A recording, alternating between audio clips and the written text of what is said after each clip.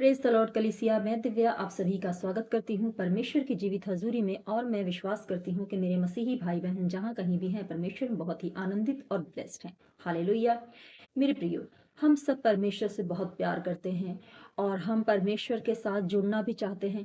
लेकिन इस संसारिक चीज़ों में और अपने काम में, अपनी फैमिली में और अपनी तमाम तरह की जो भी हमारी जिम्मेदारियां हैं उसमें हम इतना उलझ गए हैं कि कहीं ना कहीं हमारी जिम्मेदारियों तले, हमारी संसारिक अभिलाषाओं तले हमारी जो प्रार्थना है वो इतनी दब गई है कि हम परमेश्वर से संगति करते ही नहीं हैं, हम परमेश्वर के साथ चलते ही नहीं हैं।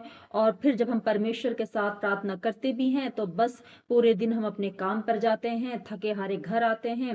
यदि हमें थोड़ा बहुत टाइम मिल जाता है तो रात को सोते टाइम हम हे हमारे पिता वाली प्रार्थना करके और हम सो जाते हैं। लेकिन जो परमेश्वर के साथ एक रिलेशनशिप है, एक स्ट्रांग बॉन्डिंग जो होती है, जो परमेश्वर के साथ हमारा अटूट रिश्ता होता है, वो कहीं ना कहीं खो जाता है। हम उस अटूट रिश्ते को जोड़ नहीं पाते हैं। क्यों? क्योंकि हम कामों में बहुत ज्यादा उलझे हुए हैं। जिस तरीके से हमें प्रार्थना करनी चाहिए, जिस तरीके से हमें पिता से संगति करनी चाहिए, वो हम कर ही नहीं पाते हैं। कुछ इसलिए नहीं कर पाते हैं क्योंकि आजकल हम जो मोबाइल को अपना जीवन साथी है, मोबाइल को ही हम अपना मित्र, मोबाइल को ही हम अपना दोस्त समझ बैठे हैं। और मोबाइल से ही हमारे दिन की शुरुआत हो रही है, मोबाइल से ही हमारे दिन का एंड हो रहा है। जिसकी वजह से हम परमेश्वर के साथ एकता, परमेश्वर के साथ रिलेशन को, अपनी बॉन्डिंग को क्रिएट ही नहीं कर पा रहे हैं। क्यों? क्योंकि मोबाइल हमारे ऊपर इतना हावी हो रहा है।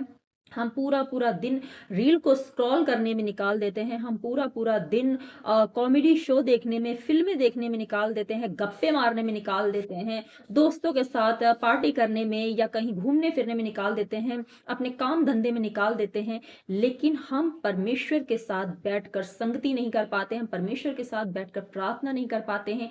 एक हम सारे काम कर रहे हैं लेकिन एक यही चीज ऐसी है कि जो हम नहीं कर पाते हैं। क्यों? क्योंकि बाइबल हमें बताती है कि तुम प्रार्थना तो करना चाहते हो पर कर नहीं पाते हो, क्योंकि तुम्हारी आत्मा तो तैयार है परंतु शरीर दुर्बल है।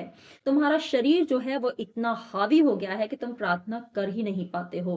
क्यों? क्योंकि आपने अपने शरीर को उसकी जरूरतों को पूरा करने की आदत डाल दी है। आपके शरीर आपसे जो कुछ भी मांग रहा है आप उसे समय समय पर देते हो। आप अपने शरीर के, अपने मन के कंट्रोल में आ गए हो। आपका शरीर इतना आलसी हो गया है कि आप बाइबल पढ़ना या आप घंटों परमेश्वर के साथ बैठकर प्रार्थना करना, ये संगति में जाना आपके लिए बोझ बन जाता है, आपके लिए भारीपन है। लेकिन आप अगर ये सोच रहे हैं कि मैं एक मसीही हूं, मैं संडे चर्च जाता हूं और मैं हर दिन परमेश्वर के साथ 10 मिनट बैठकर प्रार्थना करता हूं, बाइबल पढ़ लेता हूं, दैट्स इट, मेरी प्रार्थना तो कंप्लीट हो गई। लेकिन ऐसा नहीं है। अगर आपके जीवन में बहुत परेशानियां हैं, आपके जीवन में बहुत कर्ज है और आप पाप से इतना दबे हुए हैं कि आप चाहकर भी पाप से बाहर नहीं निकल पा रहे हैं, तो मेरे प्रियो एक बात याद रखिएगा कि हमेशा अगर आप 10 मिनट की प्रार्थना करते हैं तो 10 मिनट की प्रार्थना से आप कभी भी अपने उस बड़े छुटकारे को नहीं ले पाएंगे। क्योंकि अगर हमारी जो बीमारी है वो टीबी की है, हमारी बीमारी है वो कैंसर की है, तो हम डिस्प्रिन से या हम डाइक्लोबिन की गोली से छुटकारा नहीं पा सकते, हम पैरासिटामोल की गोली से छुटकारा नहीं पा सकते हैं। अगर हमें टाइफाइड है तो हमें टाइफाइड की खुराक लेनी पड़ेगी, बड़ी डोसेस लेनी पड़ेगी, कोर्सेस करने पड़ेंगे, तब जाके हमारा बुखार ठीक होगा। हम पैरासिटामोल से अपना टाइफाइड ठीक नहीं कर सकते हैं। उसी तरह से हमारी जिंदगी में अगर बहुत सारी परेशानियां हैं, शैतानी अटैक हो रहे हैं, पति हमारी बात नहीं सुन रहा है, शराब पी रहा है, व्यभिचार में है और हम परमेश्वर से कहीं ना कहीं दूर हो रहे हैं, हम पाप के तले दब रहे हैं, हम चुगली में, हम चोरी में, हम दुनियावी चीजों में फंसते चले जा रहे हैं और हम प्रार्थना सिर्फ 10 मिनट की कर रहे हैं, तो मेरा विश्वास कीजिए आप अपने छुटकारे को कभी भी ले नहीं पाएंगे। यदि आपको अपना छुटकारा लेना है तो आपको प्रार्थना करनी बहुत ज्यादा जरूरी है। और आप अगर दिन में 3 बार प्रार्थना करते हैं तो कम से कम 1 घंटा सुबह, 1 घंटा दोपहर और 1 घंटा शाम को जरूर करें। लेकिन अगर आप तीनों टाइम प्रार्थना नहीं कर पा रहे हैं तो कम से कम अपने पूरे दिन का जो दशमांश होता है, वो अपने पूरे दिन के 24 घंटे का दशमांश जो होता है, 2.5 घंटे, वो आप परमेश्वर को जरूर दें। आप 2.5 घंटे परमेश्वर के साथ बैठकर संगति करें। उन 2.5 घंटों में आप आराधना करें, 1 घंटा आप वर्शिप करें, कुछ आप आराधनाएं अपने आपसे मुंह से अपने ढोलक बजाकर या झांझ मंजीरे बजाकर परमेश्वर की आराधना करें, वर्शिप करें, और कुछ देर आप मोबाइल में या अपने घर में म्यूजिक चलाकर उसमें आप परमेश्वर की प्रस्तुति कर सकते हैं, उसमें आप परमेश्वर को महिमा दे सकते हैं, उससे आप आराधना कर सकते हैं। 1 घंटा आप आराधना कीजिए, 1 घंटा आप बाइबल को पढ़िए, कम से कम 1 घंटा तो आप बाइबल को पढ़ें ही पढ़ें। आप बाइबल को किस तरीके से पढ़ सकते हैं, आइए हम ये भी जानते हैं। अगर आप 2.5 घंटे की प्रार्थना करते हैं जिसमें कि आपने 1 घंटा वर्शिप कर ली और परमेश्वर को महिमा दी, और उसके बाद जब आप बाइबल पढ़ते हैं तो आपको, अगर आप एक न्यू विश्वासी हैं, एक नए विश्वासी हैं, तो आप नए नियम से शुरुआत करें। और नए नियम को जब एक नया विश्वासी पढ़ता है तो वो परमेश्वर का विश्वास जो होता है उसमें पूरी रीति से कार्य करता है। जो परमेश्वर का विश्वास होता है एक नए विश्वासी के विश्वास को बढ़ाने में उसकी मदद करता है। हालेलुया। मान लीजिए हम उदाहरण के तौर पे ले लेते हैं, अगर आप 6 चैप्टर पढ़ रहे हैं तो आप 2 चैप्टर पुराने नियम के पढ़िए, 2 चैप्टर आप बीच में से पढ़िए भजन संहिता, और 2 चैप्टर आप नए नियम से पढ़िए। मत्ती से शुरुआत कीजिए। हालेलुया। जब आप 2-2 चैप्टर भी पढ़ेंगे, और आप चाहें तो इसे बढ़ा सकते हैं अपने समय के अकॉर्डिंग, आपको 1 घंटा तो कम से कम बाइबल पढ़नी ही है। जब आप तीनों तरह से बाइबल पढ़ते हैं, नया, पुराना और बीच का, जब इन तीनों को आप पढ़ते हैं तो आपकी आत्मिक उन्नति भी होती है, और परमेश्वर आपसे अपने वचनों के द्वारा बात करते हैं, वो आपको गाइड करते हैं। हॉली स्पिरिट आपको गाइड करता है। परमेश्वर आपसे आपको बताते हैं कि आपको कैसे चलना है, आपको अपने जीवन में क्या करना है, किस तरह से परमेश्वर आपको अपने रास्तों पर बुलाते हैं, कैसे वो आपके जीवन में कार्य करते हैं, बदलाव करते हैं, कैसे अपने वचन के द्वारा वो आपको बताते हैं कि अपने परिवार के साथ इस तरह का बर्ताव करो, अपने लोगों के साथ इस तरह का बर्ताव करो। आप जहाँ जॉब करते हैं वहाँ आपको कैसे ईमानदारी रखनी होती है, आप कैसे लोगों को सुसमाचार सुना सकते हो, आप कैसे परीक्षाओं में स्थिर रह सकते हो, शांत रह सकते हो, आप कैसे शैतान के जलते हुए तीरों को नाश कर सकते हो, आप कैसे शैतान से लड़ सकते हो। जब आप बाइबल को पढ़ते हो तो आपको जिंदगी जीने का बाइबल एक सार सिखाती है, और शैतान जो होता है, जो हमारा शत्रु है, उससे लड़ने का और उससे छुटकारा पाने का भी बाइबल हमें सामर्थ्य देती है, और हमें बाइबल तरीका बताती है। हमें बाइबल का ज्ञान होना बहुत जरूरी है। अगर आपको बाइबल का ज्ञान नहीं है तो आप कभी भी शैतान से छुटकारा नहीं पा सकते हैं। क्यों? अगर आप बाइबल नहीं पढ़ते हैं, आप खाली प्रार्थना करके उठ जाते हैं, चाहे आप 3 टाइम प्रार्थना कर रहे हैं, अगर आप बाइबल पढ़ते नहीं हैं और आप सिर्फ प्रार्थना करते हैं, तो फिर भी समझ लीजिए कि आपका जो परमेश्वर के साथ रिश्ता है वो कहीं ना कहीं अधूरा है। क्योंकि आप प्रार्थना तो कर रहे हो, प्रार्थना का मतलब ये होता है कि हम परमेश्वर से बात करते हैं। हमारे जीवन में जो कोई भी हालात परिस्थितियां चल रही होती हैं, जो भी तकलीफें होती हैं, जो भी हमारी परेशानियां प्रॉब्लम्स होती हैं, वो हम अपने पिता से, अपने बाप से, हम प्रार्थना के द्वारा अपने परमेश्वर से शेयर करते हैं। हम उसे बताते हैं कि खुदा हमारा छुटकारा कर, परमेश्वर हमारे जीवन में तू ध्यान दे, हमारी प्रार्थना पे ध्यान दे। मेरा पति इस तरीके से है, या मेरी पत्नी, मेरी फैमिली इस तरीके से बिखर रही है, या मैं शैतान के अटैक के नीचे हूं। परमेश्वर, आप अपनी सारी जिंदगी की तकलीफों को परमेश्वर से शेयर करते हैं, यानी आप परमेश्वर से बात करते हैं। लेकिन अगर आप बाइबल नहीं पढ़ते हैं तो परमेश्वर ने आपसे क्या कहा है, आपको कैसे अपने छुटकारे को लेना है, कैसे आपको शैतान से लड़ना है, कैसे आपको आत्मिक रैलन में जो आत्मिक रैलन है, जो आत्मिक क्षेत्र है, उसमें आपको कैसे जय पानी है, ये आपको तब तक नहीं पता चलेगा जब तक आप बाइबल को नहीं पढ़ेंगे। क्योंकि पुराने नियम में हम देखते हैं कि जो पुराने नियम में परमेश्वर बात करते थे अपने लोगों के साथ, इजरायलियों के साथ, तो वो अपने नबियों के द्वारा बात करते थे। परमेश्वर के नबी जैसे मूसा थे, यहोशू थे, जो परमेश्वर के नबी हुआ करते थे, परमेश्वर अपने नबियों के द्वारा बात किया करते थे, और परमेश्वर अपनी योजनाओं को इजरायलियों को बताया करते थे। परमेश्वर का एक व्यक्ति, एक चुना हुआ एक व्यक्ति होता था, एक पर्सन होता था जिसपे यहोवा का आत्मा उतरता था, और परमेश्वर उससे बात करते थे और अपनी योजना, अपनी प्लानिंग के बारे में वो अपने लोगों को बताते थे। हालेलुया। लेकिन आज ऐसा नहीं है।